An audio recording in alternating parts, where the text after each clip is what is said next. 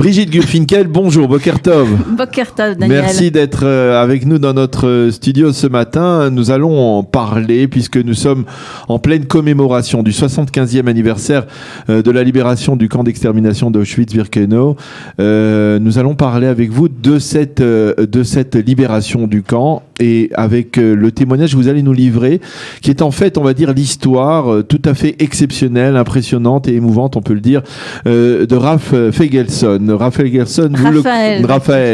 Feigelsson, que vous connaissez bien, oui, qui a aujourd'hui 94 ans, qui est un rescapé d'Auschwitz et qui, on va dire, dans la conjoncture, dans le cadre de ces commémorations, eh bien, on peut dire que c'est celui qui a permis à l'armée russe, à l'armée rouge, d'arriver à Auschwitz. Alors, vous le connaissez bien parce que vous êtes la secrétaire générale de la communauté du quartier latin, la communauté de la rue Vauquelin. Absolument.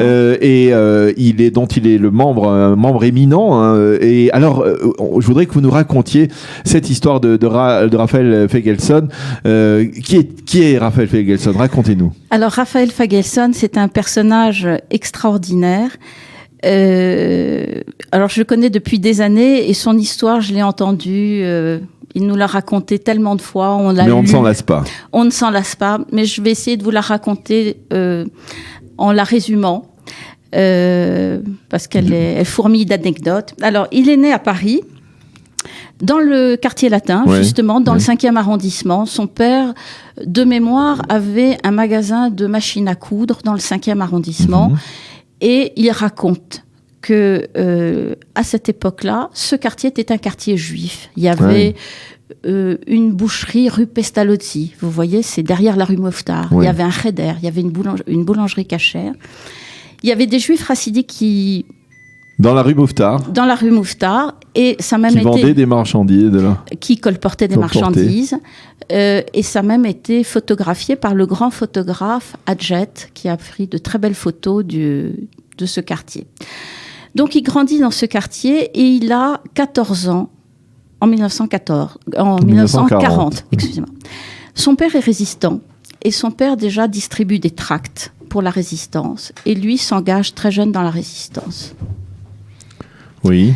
Il raconte lui-même aussi qu'avec une bande de jeunes, comme acte de résistance, ils sont allés sur les Champs-Élysées défiler.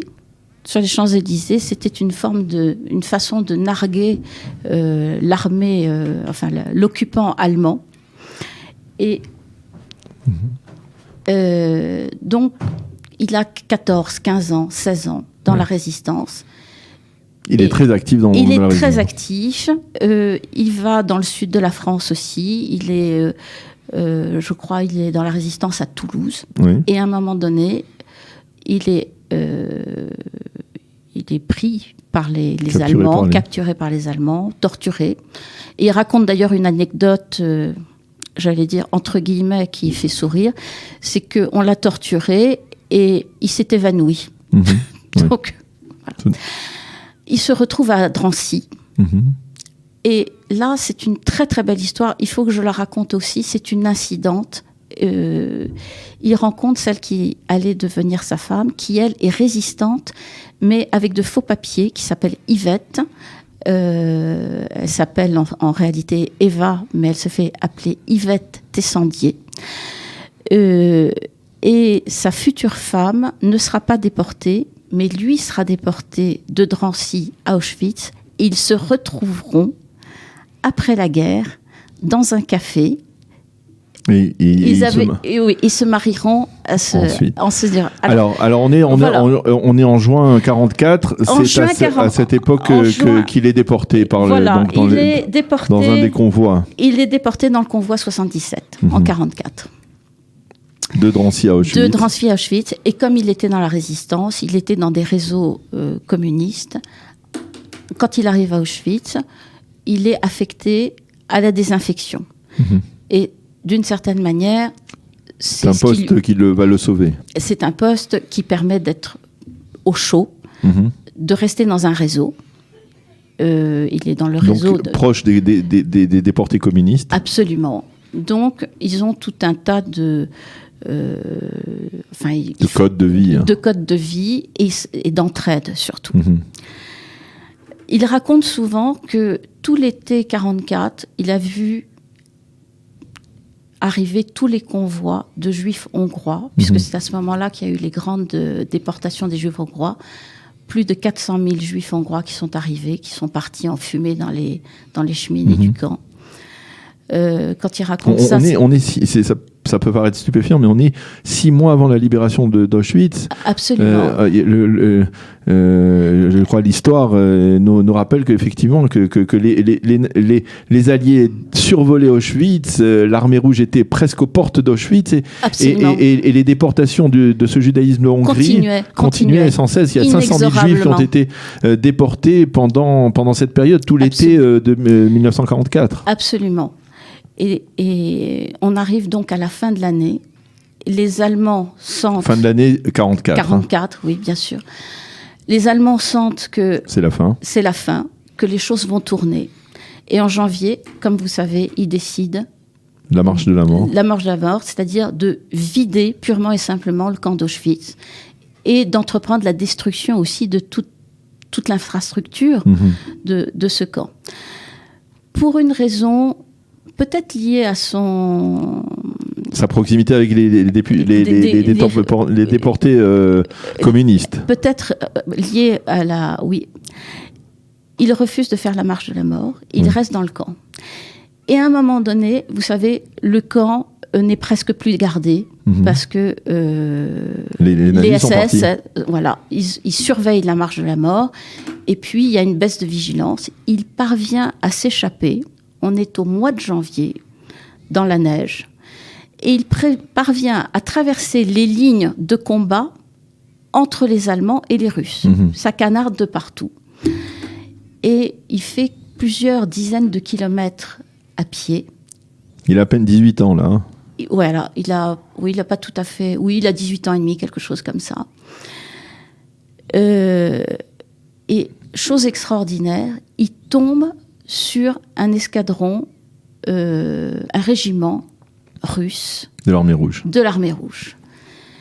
Il s'adresse au commandant de l'armée rouge et il s'aperçoit, je ne sais comment... Ils ne savent pas qui il est, lui, en fait. Ils ne savent pas comment il est, mais enfin, il est avec son pyjama de déporté. Enfin, vous savez... On comprend. Et il s'aperçoit que le commandant est juif et il lui parle en yiddish. Et le commandant lui répond en yiddish. Et il lui dit, il faut que vous veniez voir le camp d'Auschwitz et que vous libériez le camp d'Auschwitz. Et le commandant dit, mais c'est pas du tout ma mission. Et pour finir, il arrive à le convaincre. Et le commandant modifie son ordre de marche, sa feuille de route. Avec ce régiment. Et ils arrivent. Et c'est ce régiment qui va être le libérer, premier à entrer dans le camp d'Auschwitz. Et alors, il reste... Donc on peut dire que c'est effectivement, c'est Raphaël Feigelson qui a déclenché, qui a permis cette libération Absolument. Du camp le 27 janvier, que l'on commémore désormais dans le monde entier aujourd'hui, qu'on a commémoré ces derniers jours à Jérusalem. Il est à l'origine de la libération du camp par l'armée rouge. Alors, il devient... Enfin, le camp est libéré. Lui-même, étant dans les réseaux communistes, sympathise avec les militaires. Voilà, les militaires. Les militaires proposent de l'emmener à Moscou, rencontrer Staline. Il dit, n'en est pas question, moi je veux rentrer à la maison, je veux revoir ma famille. Et il parvient à rentrer chez lui en passant par Odessa. Et il retrouve sa mère, je ne sais pas pour son père. Et surtout, il retrouve Eva, qui va devenir sa femme, qui elle-même a eu toute une histoire dans la résistance. Pour la petite histoire, il s'était dit à Drancy, si jamais on sort de là, tous les mois, tel jour, on ira dans tel café, je crois que je ne sais plus si c'était à la Bastille ou à la République. Et chacun a tenu parole, ils étaient plus du tout nombreux à se retrouver à ce rendez-vous. Ils se sont retrouvés, ils se sont mariés. Alors aujourd'hui, tout ça, c'est un témoignage particulièrement émouvant, mais aujourd'hui, quelque part, on marque aussi cet anniversaire, et il faut bien préciser que on est dans ce 27 janvier. À l'époque, c'était un Shabbat. Alors, Rav Fagelson s'est aperçu que ce 27 janvier tombait... 1945. Voilà, tombait le Shabbat Béchalar. C'était un Shabbat.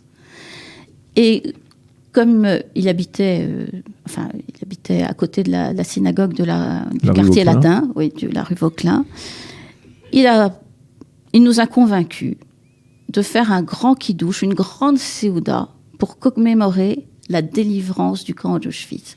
Et depuis plus de 20 ans maintenant, chaque Shabbat Béchalar, nous organisons à la synagogue du quartier latin un très grand kidouche. On peut voir ici. Ouais. Voilà la synagogue. Un très grand kidouche de reconnaissance. Auquel lui-même participe. Comme il dit, pour nous réjouir avec nos amis de la défaite de nos ennemis. Ouais. Voilà.